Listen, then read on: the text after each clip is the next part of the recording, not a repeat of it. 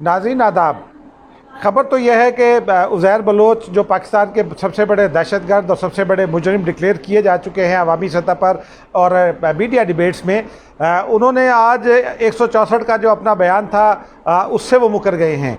उनका ये कहना है कि उन्होंने ये बयान दिया नहीं और फिर अदालत में जब ये मामला सामने आया तो जज साहब ने ये कहा कि कहीं आप इस मुकदमे के ट्रायल से भी तो नहीं मुकर जाएंगे, लेकिन ये हमारा मौजू नहीं है। आज फ़रोग नसीम साहब ने जस्टिस फ़ायज़ ईसा केस में अपने तहरीरी दलाइल का दूसरा हिस्सा भी पेश कर दिया और उन्होंने ये मौक़िफ़ इख्तियार किया है कि अगर जो सुप्रीम जुडिशल काउंसिल है वो जज को नोटिस इशू कर देती है तो इसका मतलब ये समझा जाना चाहिए कि जो रेफरेंस दायर करने का तरीक़ा था वो बिल्कुल दुरुस्त था। हालांकि रेफरेंस दायर करने का तरीक़ा आइन के आर्टिकल 209 में मौजूद है, लेकिन उनका ये इस्तदलाल है और उनका एतमाद के साथ इस्तदलाल है, ताहम ये भी हमारा मौजू नहीं है। मुस्लिम लीग नून के अंदर एक बार फिर ग्रुपबाजी की खबरें आ रही हैं, अपोजिशन के हवाले से भी मुख्तलिफ खबरें हैं, लेकिन आज हम इन पर भी बात नहीं करेंगे। किस इशू पर बात करेंगे ये आपको थोड़ी देर में बताएंगे। नाज़रीन, मैं हूँ एजाज़ अहमद AM न्यूज़ के साथ और प्रोग्राम है व्यूज़ ऑन न्यूज़। नाज़रीन, ये अभी जो आपको हमने चंद खबरें बताई ये सिर्फ़ आपको हालात का अंदाज़ा लगाने के लिए ख़बरें बताई गई ताकि आप खुद ये अंदाज़ा हो कि मामलात किस तरफ जा रहे हैं, सियासी ख़राबी कहाँ है, किस तरह ठीक हो सकती है, कौन किस मामले में किस हद तक दिलचस्पी रखता है, जस्टिस फ़ायज़ ईसा को निकलवाने में किसकी दिलचस्पी है और जस्टिस फ़ायज़ ईसा की जस्टिस फ़ायज़ ईसा की माफ़ कीजिएगा अहलिया की इमरान खान के ख़िलाफ़ इस वक्त क्या स्टैंड है। ये इन तमाम मामलात से आपको मीडिया डेली ब्रीफ करता है। फिर उसके अलावा चंद और ख़बरें भी हैं, ये सारी चीज़ें चल रही हैं, लेकिन जो आज हम बात करना चाहते हैं वो बात करना चाहते हैं सदारती निज़ाम के हवाले से। नाज़रीन, हमारे बाज़ मासिर बड़े जर्नलिस्ट, एंकर्स और मीडिया में कई शख्सियात सदारती निज़ाम की डिबेट कर रही हैं। जो एक लेफ्टिनेंट जनरल रिटायर्ड साहब हैं खालिद लोधी साहब, उन्होंने पिछले दिनों एक आर्टिकल लिखा और उन्होंने ये कहा कि जी एक ऐसा निज़ाम वज़ा करना चाहिए जिसमें अच्छी शोहरत के रिटायर्ड जनरल और रिटायर्ड जजेस या हाजिर सर्विस जजेस, वो उन्होंने वजाहत नहीं की, ताहम जजेस के हवाले से उन्होंने कहा कि उन पर मुश्तमिल एक हुकूमत बना दी जाए, वो एक ख़ास अरसे तक हुकूमत चले और उसके बाद फिर जो भी नया निज़ाम वज़ा किया जाए। उसके अलावा कुछ लोग हैं जो ये समझते हैं कि मुल्क में इस वक्त सदारती निज़ाम होना चाहिए। एक बड़े एंकर हैं समी इब्राहिम, उन्होंने तो बाकायदा ये ऐलान कर दिया है अपने एक वीडियो में कि तमाम तैयारियां मुकम्मल हैं, सब लोग पकड़े जाएंगे, सदारती निज़ाम आ जाएगा, लेकिन ये जो मौजूदा सिस्टम है ये बैठ भी जाएगा और तो इमरान खान साहब फिर भी चॉइस रहेंगे एस्टेब्लिशमेंट की और वही अगले निज़ाम को चलाएँगे। इस तमाम डिबेट में नाज़रीन जो गर्द उठी है उसमें ये देखना ज़रूरी है कि आइन और कानून क्या कहते हैं। नाज़रीन, कोई भी माशरा, कोई भी मुल्क किसी भी दस्तावेज़ के बग़ैर या आइन और कानूनी पाबंदियों के बग़ैर आगे नहीं बढ़ सकता। बरतानिया उज़्मा जिस को मादर जमहूरियत कहा जाता है, बरतानिया में आइन तहरीरी तौर पर मौजूद नहीं है, लेकिन रवायात के मुताबिक वो आइन मौजूद है जिसे उनकी पार्लियामेंट ज़ब्त तहरीर में ला चुकी है, उसके आर्टिकल्स कोट किए जाते हैं। बरतानिया में भी 2 ऐवानी मुकर्रना है, यानी कि 2 ऐवानी पार्लिमान है। वहाँ ये अगर किसी भी मुल्क में, लेकिन जो निज़ाम आता है वो उस माशरे की मकामी ज़रूरियात के मुताबिक आता है। अमेरिका में सदारती निज़ाम है, उसकी वजह यह है कि अमेरिका में तमाम अमेरिकन्स हैं। अलास्का में जहाँ कबाइल आबाद हैं उनके लिए अलग से कुछ कवानीन मौजूद है, सदर उनको डायरेक्टली देखता है, लेकिन वहाँ भी 2 ऐवान मौजूद है, कांग्रेस और सेनेट। वो दोनों सदर के इख्तियारात पर चेक रखते हैं और उन्हीं के ज़रिए अवाम के हुकूक़ की बात होती है, लेकिन वहाँ एहसास महरूमी नहीं पैदा होता। मसलन न्यूयॉर्कर जो है वो कैलिफोर्नियंस के ख़िलाफ़ नहीं होगा, इसकी और उसे ये ख़दशा नहीं होगा कि वो कैलिफोर्नियंस की वजह से अक्सरियत में चला जाएगा, या कैलिफोर्नियंस को ये ख़दशा नहीं होगा कि वो न्यूयॉर्कर की वजह से अक़लियत में चले जाएंगे, उनके हुकूक़ नहीं मिल रहे। इंडिया में भी चूँकि मल्टीलिंगुअल सोसाइटी है, वहाँ भी 2 ऐवानी निज़ाम मौजूद है। इंडिया में भी सदर मुमलिकत है, वो नुमाइशी है, लेकिन सदर के पास कुछ कबायली इलाकों के इख्तियारात हैं। पाकिस्तान में भी जो इंडियन सिस्टम है उसी के मुताबिक जो इंडिया का आइन है उसको उसमें से चीज़ें ड्राइव की गई, बरतानिया के आइन से ड्राइव की गई।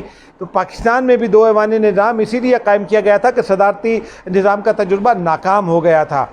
आपको याद होगा कि जब और ये कोई ज़्यादा पुरानी बात नहीं, 1947 में जब पाकिस्तान वजूद में आया तो पाकिस्तान में गवर्नर जनरल का निज़ाम राइज था। कायद-ए-आज़म पहले गवर्नर जनरल थे और उसके बाद फिर जितने भी गवर्नर जनरल आए हालात बेहतर नहीं हो सके, क्योंकि उस वक्त यूनिकैमरल सिस्टम यानी कि एक ऐवानी मुकन्नना मौजूद थी, सिर्फ कौमी असम्बली थी और सेनेट नहीं थी। इस वजह से फेडरेशन में जो फेडरेटिंग यूनिट्स हैं उनकी नुमाइंदगी मौजूद नहीं थी। पंजाब की तरफ से और पाकिस्तान के इस हिस्से की तरफ से जिसे मगरबी पाकिस्तान कहा जाता था, पैरिटी का मुतालबा किया जाता था, यानी कि बराबरी का, और वो हुकूमत में बराबरी का मुतालबा किया जाता था।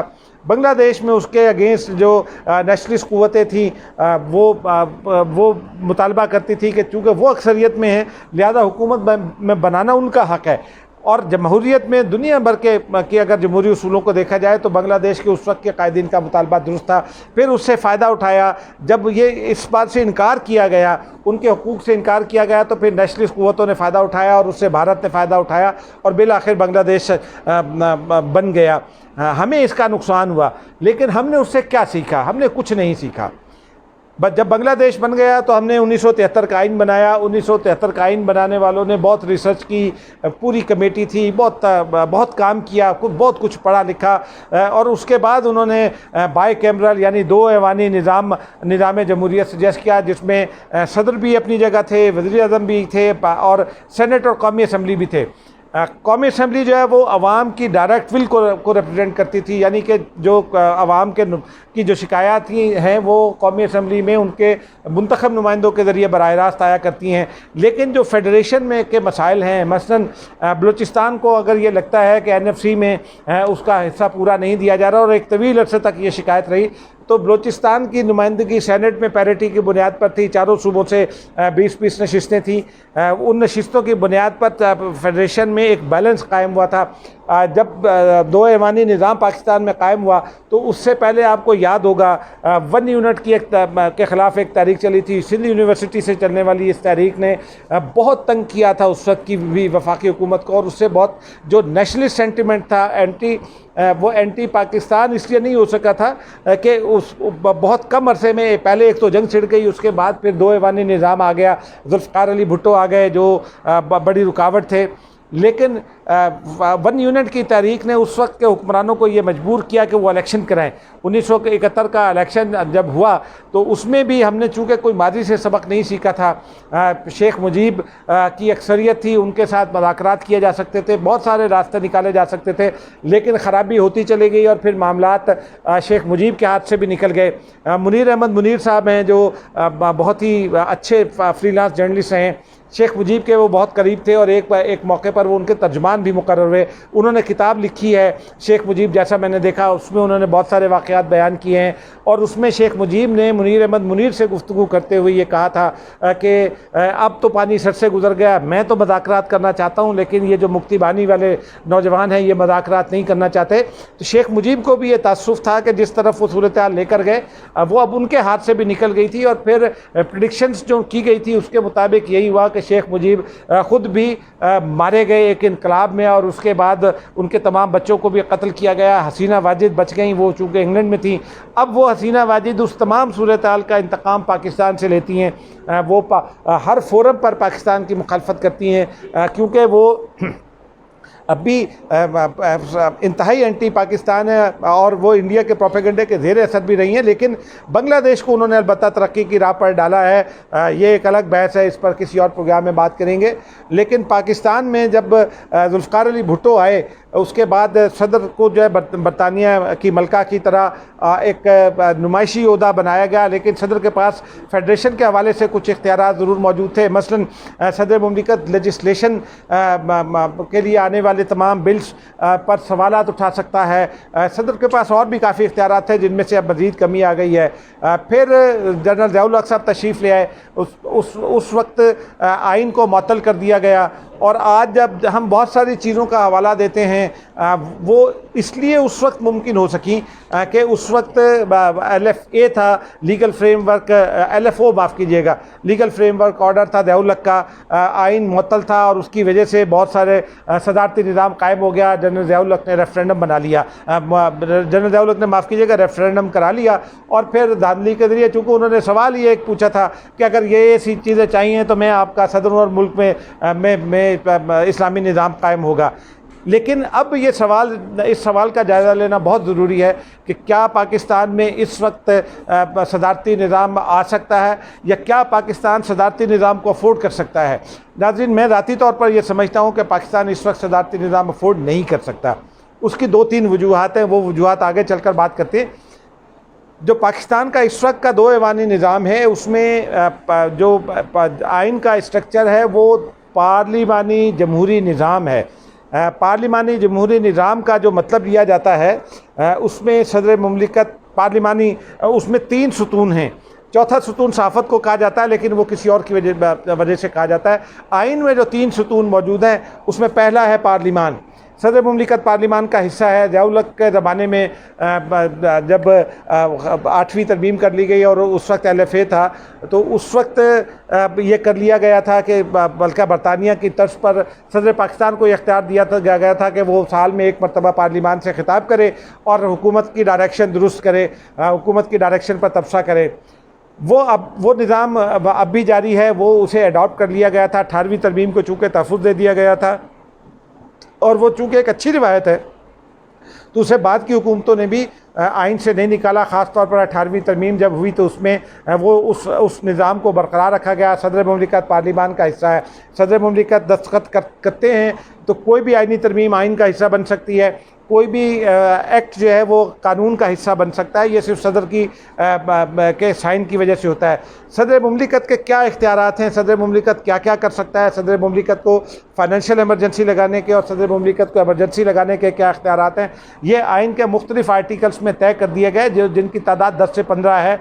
मसलन सदारती जो निज़ाम है, सदर मुमलिकत के जो इख्तियारात हैं उसके हवाले से आर्टिकल 22 से शुरू होते और 30 तक जाते हैं। फिर आर्टिकल 234, 232, 233, 34, 35, 36 ये जाते हैं जो सदर के मुख्तलिफ इख्तियारात हैं एमरजेंसी के हवाले से। वॉर में एमरजेंसी आयद करनी है, जंगी सूरत हाल में एमरजेंसी कैसे लगाई जाएगी, तनख्वाहें किस तरह सदर मुमलिकत कम कर सकते हैं।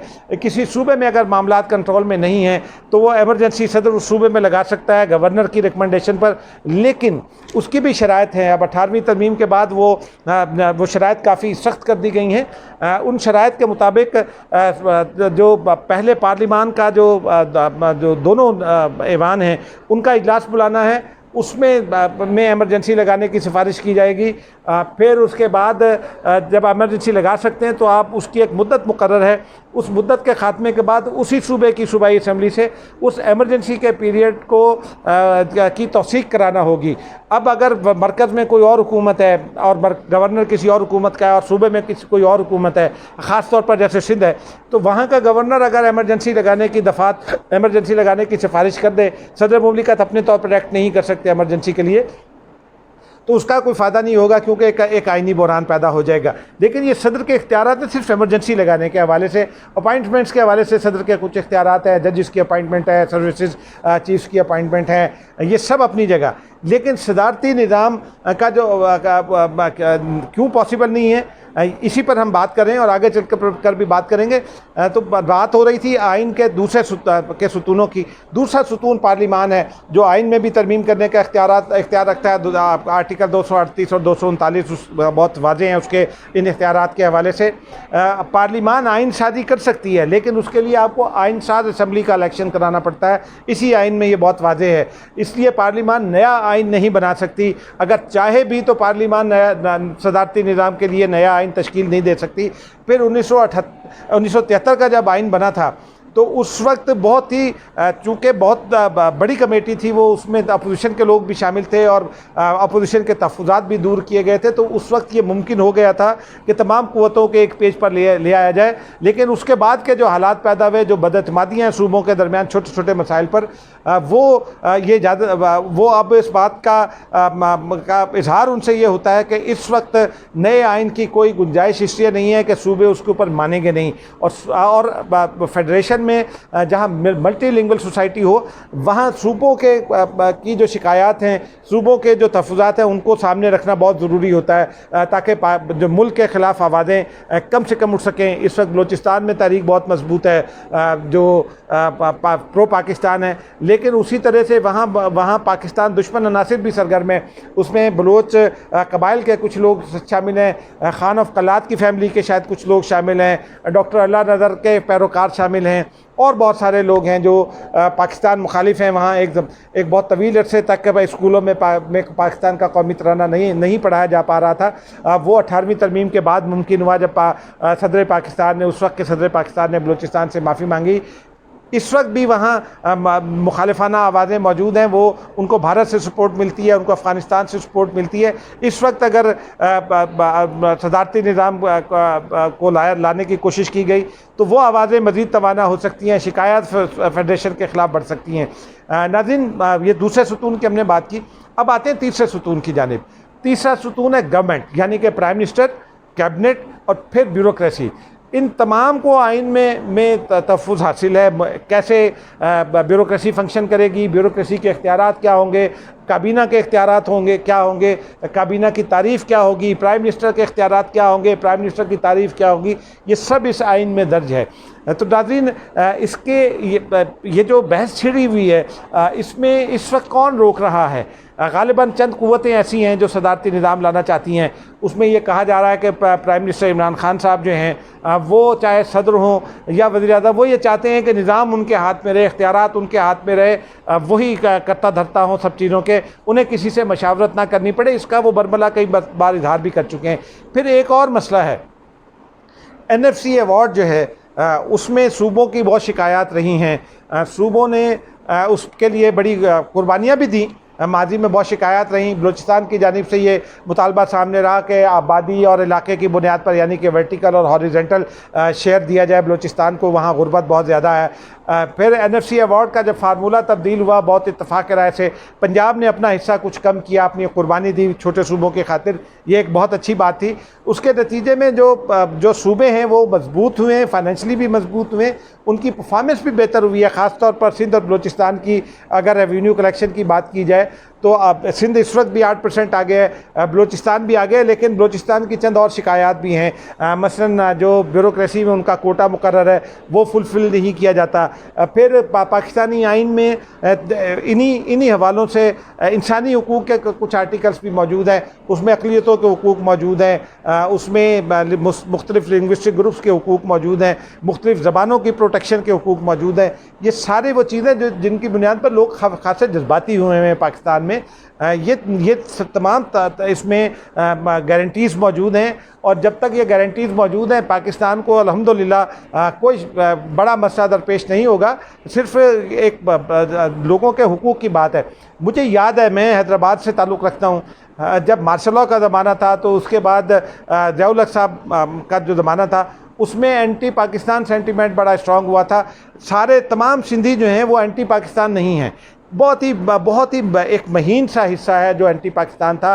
डॉक्टर आरिफ सर पाकिस्तान तोड़ना चाहते थे, GM सैयद साहब तोड़ना चाहते थे, लेकिन उनके बाकी साथी पाकिस्तान के फेडरेशन में रहकर काम करना चाहते थे, अब भी काम करना चाहते हैं। उनकी शिकायत सिंध के हुकूक के हवाले से थी। मसलन उनका भी ये मसला था कि पानी में उनके साथ पानी की फराहमी में फेयर सलूक नहीं हो रहा, यानी कि पंजाब पानी चोरी करता है। मरकज़ से उनके इख्तियारात उनके ऊपर, सिंध के ऊपर दबाव ज़्यादा रखा जाता था। फिर उनका ये कहना था कि सिंध रेवेन्यू जनरेट करने वाला सबसे बड़ा सूबा है, उसको वसाइल में उस तरह से हिस्सा नहीं दिया जाता है, यानी कि NFC में। फिर मुलाजमतों का के कोटे के हवाले से भी सिंध की शिकायत मौजूद है। फिर सिंध के अंदर एक तकसीम मौजूद है जो सूबाई मामला है, लेकिन बहरहाल मरकज़ पर उसका असर पड़ता है। तो इन तमाम हवालों से जब मुझे याद है 1985 में मैं सिंध यूनिवर्सिटी में ख़ुद दाखिला लेने गया, तो उस वक्त हमारे कई दोस्तों ने हमें ये समझाया कि आप यहाँ ना आएँ, क्योंकि यहाँ पंजाबी बोलने वालों की और उर्दू बोलने वालों के साथ अच्छा सलूक नहीं किया जाता। उस ज़माने में यूनिवर्सिटी के अंदर कई नौजवानों को मारा पीटा गया जो सिंधी नहीं थे। लेकिन हमने देखा कि जब 1985 का इलेक्शन हुआ और अब्दुल हमीद जतोई सिंध से एक तवाना आवाज़ बनकर उभरे, तो आहिस्ता आहिस्ता वो शिकायत कदरे कम हुई।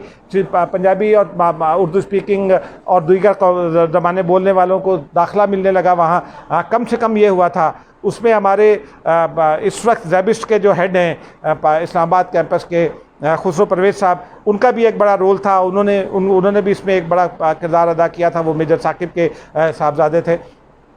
तो कहने का मकसद ये है कि जब आवाम की आवाज़ नहीं सुनी जाती तो शिकायत बढ़ती हैं, और वो शिकायत अल्टीमेटली फेडरेशन के ख़िलाफ़ बढ़ना शुरू हो जाती हैं। ये आवाज़ें उस वक्त दब जाती हैं जब अवामी नुमाइंदे आ जाते हैं। मसलन 1988 में जब बेनज़ीर हुकूमत कायम हो गई, उसके बाद सिंध के लोगों को और बाकी जगहों के लोगों को मुलाज़मतें मिलना शुरू हुई, तो जो नेशनलिस्ट सेंटिमेंट था या एंटी पाकिस्तान सेंटिमेंट था वो भी कम होना शुरू हुआ।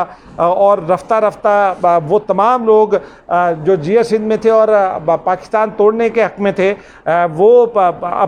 उन्होंने अपनी सोच पर रिव्यू किया और वो फेडरेशन ऑफ पाकिस्तान में रहकर काम करने पर रज़ामंद हुए। आज भी मौजूद है।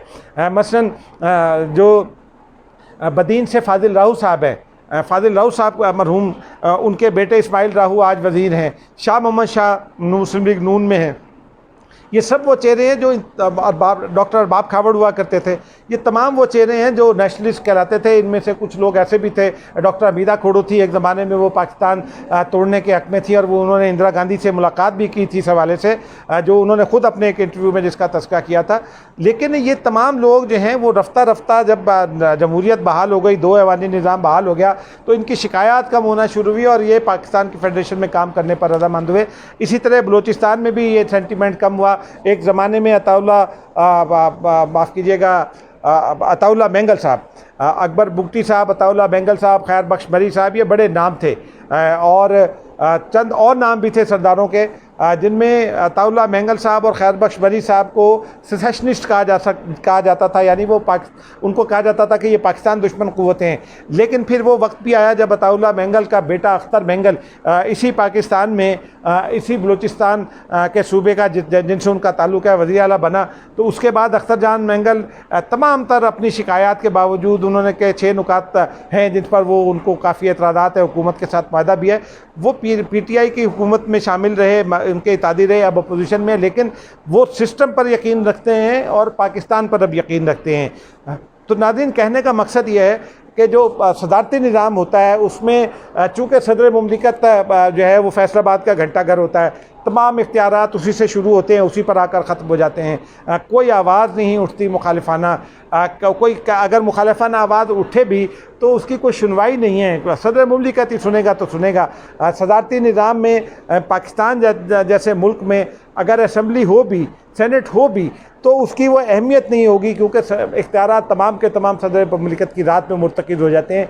तो इस वजह से सियासी तौर पर पाकिस्तान में ये मुमकिन नहीं है, लेकिन ये कानूनी तौर पर भी मुमकिन नहीं है। सियासी तौर पर तो हमने आपको तफसील से बताया कि किस तरह सूबे रिएक्ट करते हैं, किस तरह जो नेशनलिस्ट आवाज़ें हैं वो या जो लोग अपने मफादात उठाना चाहते हैं वो किस तरह से उसको प्ले अप करते हैं, एक्सप्लॉइट करते हैं उस सूरत हाल को, नौजवानों को किस तरफ ले जाते हैं, गलत रास्तों की तरफ ले जाते हैं, और वो जो एंटी पाकिस्तान आवाज़ें हैं उनको मजबूत करने की कोशिश करते हैं। लेकिन जमहूरी निज़ाम में, 2 ऐवानी निज़ाम में, और जिसमें प्राइम मिनिस्टर है, अवाम का नुमाइंदा है, चूँकि वो अवाम के वोट लेकर कौमी असम्बली में आता है, तो इस तरह से वो जो रिड्रेसल है उनकी शिकायत का, उसका एक निज़ाम बन जाता है सूबे की सतह पर, फिर मरकज़ की सतह पर, फिर सूबों और मरकज़ के दरमियान एक ताल्लुकात का मामला आता है। उसके लिए भी आइन में प्रोविजंस मौजूद हैं कि शिकायत अगर होगी तो किस तरह होगी,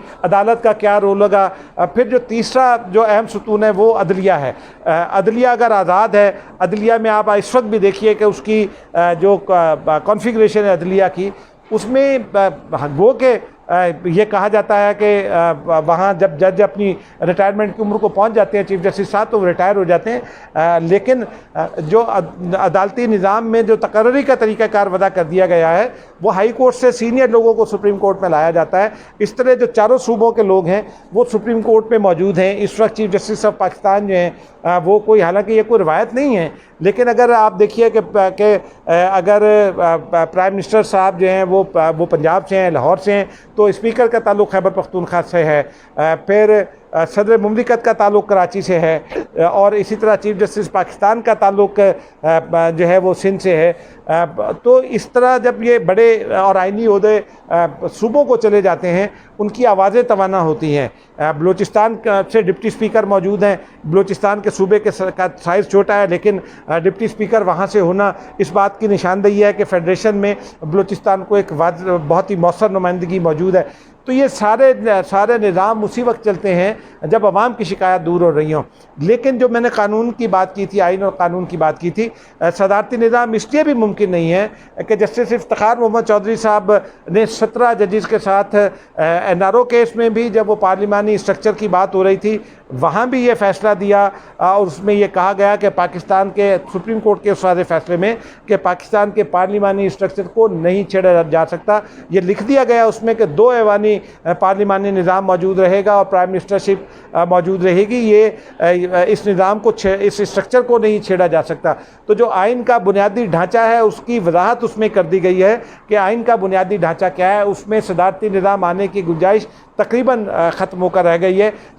ये भी कहा जाता है कि जी, एक दलील ये दी जाती है कि ज़िया-उल-हक साहब रेफरेंडम के ज़रिए सदर बन गए थे, तो ज़िया-उल-हक के ज़माने में आइन मुअत्तल था, आइन मौजूद नहीं था। उनका अपना LFA था, लीगल फ्रेमवर्क के हवाले से, उसमें उन्होंने इक़दाम किए। बाद में 18वीं तरमीम के ज़रिए जब आइन बहाल किया तो 18वीं तरमीम लाना पड़ी उसको तहफ़्फ़ुज़ देने के लिए, क्योंकि रियासत में वैक्यूम नहीं हो सकता। तो नाज़रीन, फिर जजिस केस में भी ये फ़ैसला दे दिया गया है कि जमहूरी निज़ाम पर शब खून बर्दाश्त नहीं होगा। जो जज उसकी हिमायत करेगा उसके लिए सज़ा भी उसमें तजवीज़ कर दी गई है। तो सुप्रीम कोर्ट के ये 2 बड़े फ़ैसले जो 17 रुकनी बेंच ने दिए हुए, उनको रिवर्स नहीं किया जा सकता, क्योंकि आइन के तहत सुप्रीम कोर्ट के मेंबरान की तादाद 17 है। या तो आप 17 को 19 में तब्दील करेंगे और इस फैसले को रिवर्स किया जा सकता है, लेकिन आइन में इस वक्त इसकी कोई गुंजाइश नहीं है, और आइनी तरमीम के लिए हुकूमत के पास मतलूबा अक्सरियत भी नहीं है। आज हमने सेनेट में उसका मुज़ाहरा देखा, जब बैरिस्टर सैफ जो जनरल मुशर्रफ के ज़रिए आए थे, अल्ताफ़ हुसैन के वकला के पैनल में वो शामिल हैं, MQM की सीट पर वो मुंतखब करा दिए गए जनरल मुशर्रफ की सिफारिश पर।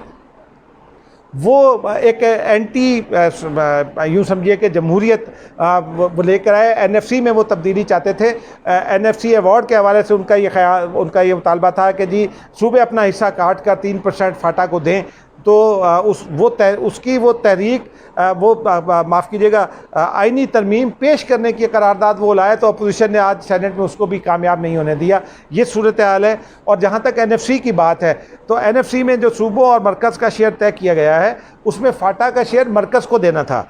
अब अगर सूबों से आप लेना चाहते हैं तो उसके लिए एक रास्ता मौजूद है, जो काउंसिल है कॉमन इंटरेस्ट की, उसमें ले जाकर ये मामला सूबों से फेडरेशन दरख्वास्त कर सकता है कि उसके पास माली हालात बेहतर नहीं हैं, जो फाइनेंशियल क्रंच है, तो इसलिए सूबे कुछ मेहरबानी करें। लेकिन अदरवाइज़ आप आइनी तरमीम के ज़रिए उनसे ये हासिल नहीं कर सकते, क्योंकि इस वक्त जो खैबर पख्तूनख्वा है उसको तो खैबर पख्तूनख्वा में मर्ज कर दिया गया फेडरेशन की जानिब से।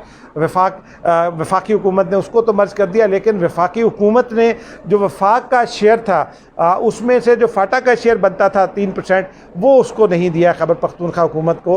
खैबर पख्तूनख्वा हुकूमत की शिकायत अपनी जगह, लेकिन खैबर पख्तूनख्वा हुकूमत अगर सिंध से बात करेगी, बलूचिस्तान से बात करेगी या पंजाब से बात करेगी, तो भी इसका फ़ायदा होगा। नाज़रीन, आपने आज की वीडियो में तफसील से हमने इस पर बात की कि पाकिस्तान में सदारती निज़ाम क्यों आइनी तौर पर मुमकिन नहीं है, पाकिस्तान में सदारती निज़ाम की गुंजाइश क्यों नहीं मौजूद है।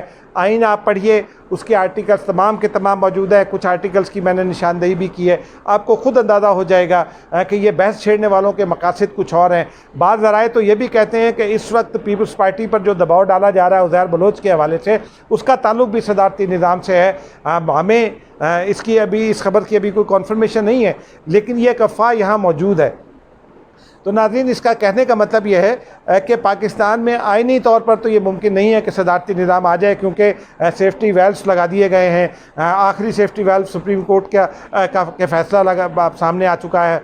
सुप्रीम कोर्ट ने 2 फैसलों में यह करार दे दिया है। और भी फ़ैसले हैं फेडरेशन के हवाले से जिनमें ये कहा गया है, लेकिन ये 2 बड़े फ़ैसले इनमें बहुत वाज़े तौर पर जो है हुदूद मुकर्रर कर दी गई हैं। तो इसलिए ये बहुत ही ज़रूरी है कि लोग ये समझने इस बहस में या उसको जो कहा जाता है, इस कन्फ्यूजन को दूर कर लें कि पाकिस्तान में आइनी कोई रास्ता मौजूद है सदारती निज़ाम का। फिर 1 साल तक हुकूमत एक्सटेंड करने का भी कोई रास्ता मौजूद नहीं है। आइन का जो आर्टिकल है उसके तहत जब हुकूमत अगर 5 साल पूरे कर लेती है तो इलेक्शन 60 दिन में होना है, लेकिन अगर वो 2 दिन पहले भी वज़ीर-ए-आज़म असेंबली तोड़ देता है तो फिर 90 दिन में इलेक्शन होना है। 90 से 91 दिन करने की भी कोई गुंजाइश आइन में मौजूद नहीं है।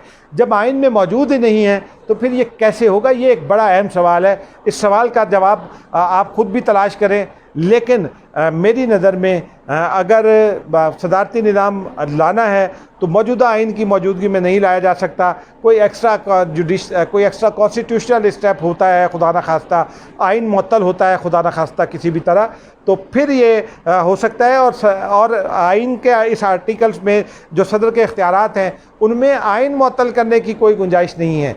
आइनी निज़ाम में आइन मुअत्तल करने की कोई गुंजाइश नहीं है। सिर्फ एमरजेंसी लगाई जा सकती है। बुनियादी हुकूक 6 महीने के लिए मुंजमद किए जा सकते हैं, महदूद किए जा सकते हैं, उन पर पाबंदी लगाई जा सकती है, लेकिन आइन को मुअत्तल करने की कोई गुंजाइश मौजूद नहीं है। इसका सिर्फ एक ही रास्ता है और वो एक्स्ट्रा कॉन्स्टिट्यूशनल स्टेप है, जो मैं नहीं समझता कि इस वक्त हमारी फ़ौजी क़यादत भी नहीं चाहती। फ़ौजी क़यादत जमहूरियत को पनपते देखना चाहती है, लेकिन उसके बावजूद न जाने ये कौन लोग हैं जो सदारती निज़ाम की बहस छेड़े हुए हैं।